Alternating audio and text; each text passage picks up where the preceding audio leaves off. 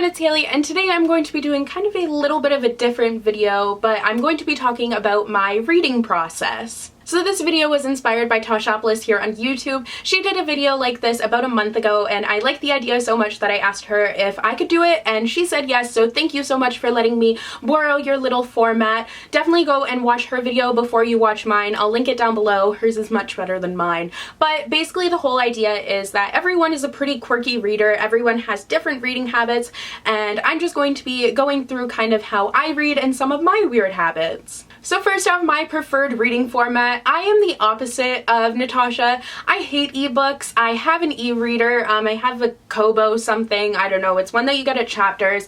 And I think I have read maybe 2 books on the thing.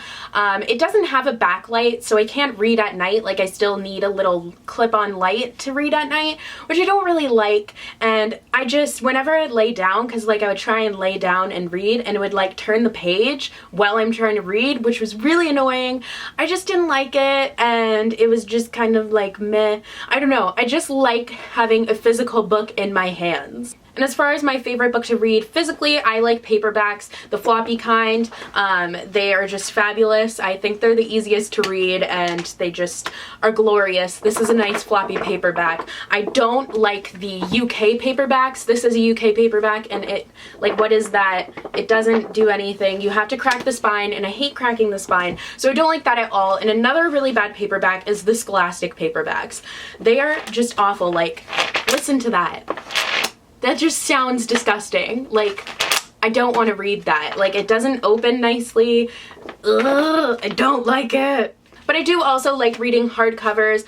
Specifically hardcovers like the Throne of Glass ones are my favorites, but really any hardcover. This one is just so lovely because the cover is nice and soft. I loved the soft cover, and the pages just feel so nice. Like the Bloomsbury, their hardbacks are just so nice. Like, they're lovely, and it stays open nicely. It's just glorious. Another really big way that I like reading is audiobooks. I get all of my audiobooks from the library. They have Overdrive and Hoopla, and I don't even remember what the other one is, but they have a lot of variety as far as YA audiobooks go. So I really like to listen to audiobooks when it's just a book that I'm not sure if I'm going to like it that much, and some of them I just feel like listening to on audiobook, but a lot of the times I'll listen to my audiobooks on 2 times the speed, which may seem really fast, but I haven't really had an issue with it. The only problem with audiobooks for me is that after listening to quite a few audiobooks, I'll find it really hard to get back into reading a physical book, like the page turning, like blah blah blah. You understand what I mean by physical book, I'm sure. I don't know why I explained it. But anyways, I'll find it hard to get back into that because I'm so used to multitasking while I'm listening to an audiobook that I'll just feel like turning pages and reading the physical book is really tedious. Overall, I really love audiobooks. I love them especially for listening to classics. I think that's a really great way to kind of read a classic. As far as what I love to read, there's nothing that I'll really say, no, I don't want to read that. I'm not the hugest fan of nonfiction, and also I'm not that into adult. I don't hate adult, but I don't think I'm like into it yet, if that makes any sense.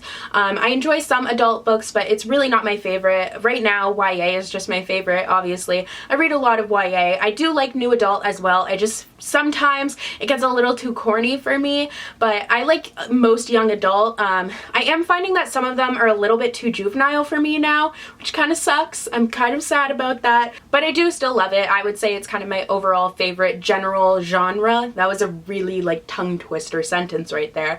But as far as like kind of genres within YA, I would say my top 3 favorites are contemporary, historical fiction, and fantasy.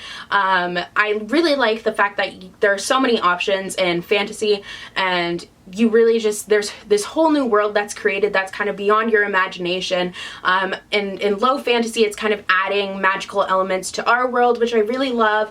High fantasies, you get this whole elaborate world that is just completely unfathomable. And then historical fiction, I really like history. I find it really interesting, and I like traveling to different time periods in historical fiction. And with contemporary, I just love how relatable it is, and it makes me, I don't know, it just, I like it. I also really enjoy classic classics, but I don't really read them too much on my free time because I am an English major, so most of what I'm reading for classes is classics.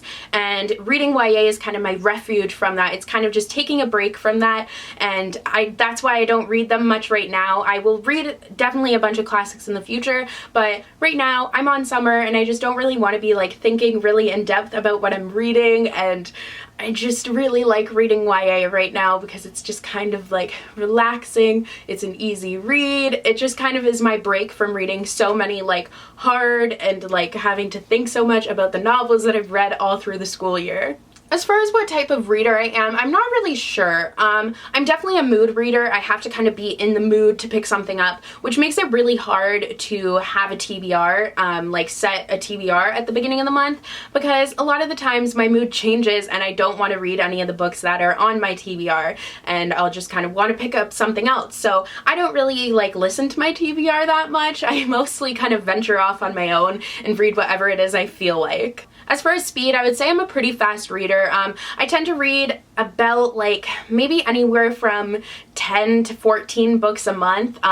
Sometimes I'll read like 20 books a month. Sometimes I'll like do really badly and I'll read like 6. It really depends on the month, because in December and April I'm not reading anything because I have final exams. Same with October and February. I have midterms, so I don't read a lot. But I tend to kind of burn myself out a lot when I'm reading. I'll read like what's happening this year is in January I read 20 books, and then in February I read like a bunch of books, and in March my reading started slowing down a lot because I had kind of read too much, I think, at the beginning of the year, and I just kind of couldn't really keep up with it and I was getting kind of tired of it. So that's why I've been kind of trying to take it easy lately. I think I'm kind of in a slump a little bit because I haven't been like really feeling the reading so much, so I'm really trying to get out of that. It's not like a super slumpy slump because I did read 14 books last month, and I think I'm at like 5 or 6 books for this month. Some weird habits that I have when I'm reading: when there are like probably about 100 pages left in my book, I will skim read until the end, and then I go back and read it like word for word.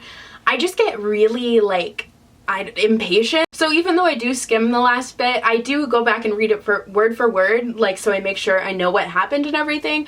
I just kind of, I don't know, I'm really impatient. I don't know if a lot of other people do this as well, but I also will always keep the dust jacket on when I'm reading a hardcover.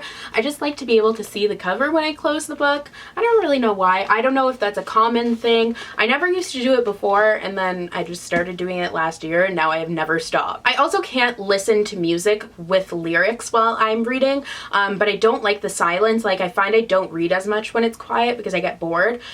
So my favorite thing to do, I actually have a playlist on Spotify. My favorite thing to do is listen to movie soundtracks, kind of the instrumental soundtracks. So I listen to like the Lord of the Rings ones, Batman, like all the superhero movies. There are quite a few, but my favorite is Harry Potter. Harry Potter is just, it has the best instrumental soundtrack, and it makes just the best reading music. But I really like the movie soundtracks because it's not just like a classical kind of instrumental thing. They're really like upbeat, and I find that they make me read more. Also, confession, I judge a book by its cover, but I am not ashamed of that at all because everyone does that, and you are lying if you say that you don't. The cover is what first piques your interest in the book. It's what entices you to pick it up, and I don't think that's a bad thing at all. I think the cover is one of the most important parts of the book. Besides the contents of the book, I think the cover is the most important part. I mean, a lot of the times I will have heard the synopsis before I've seen the cover, and yeah, I'll judge off the synopsis first, but I mean, if a book has a really beautiful cover, then I'm gonna read the synopsis. If it's not something that I'm interested in, then I'll put it back down. But the cover is like the most important part to me because, other than obviously the words of the book, the cover is just the first thing that you see, and it's the first thing that you're judging off of. And I know you're not supposed to do that, but I mean, you're going to. I mean, if a book has an ugly cover, I'm probably not going to pick it up and see what it's about because I'm going to assume it's going to be something that I don't like. There are a lot of gems out there that have really ugly covers, but I mean, I'm not gonna, like, you know, okay, I'm gonna stop because I lost my train of thought, but you get it. Most of my changing as a reader I owe to BookTube. I never read as a kid. I absolutely resented it. I would read like one book and then I wouldn't be able to read another book for another like 6 months or something. The only books that I've read as a kid were like The Amazing Days of Abby Hayes, Magic Treehouse series. I loved that one. Those were really the only 2 books that kind of stick out in my mind. I think there's others, but I can't really think of them right now. But I just was never a reader as a kid. I think it's because my sister was a huge reader and I just didn't want to be like her, so I never really read. But then in high school, when I was in the hospital for a bit, I didn't really have anything else to do, so I started reading a lot and I read a bunch when I was in the hospital. And then when I got out, I kind of like, I readed. My life's a mess. Then when I got out, I started reading a bit more. I would read like every here and there, but I wasn't reading like still a ton. But then last year in May, when I found BookTube and everything, I started reading like crazy. I read 104 books in 8 months, which is really crazy because 104 books is more than I have read in my lifetime. So it was a lot of books. I always loved books, like through high school, because I knew that English was something I was passionate about, and I, like, even when I was a kid, it was mostly writing though, so kind of seeing the different side of it and the reading kind of made like my passion for writing, I guess, grow a little bit stronger. But then it was also my passion for reading.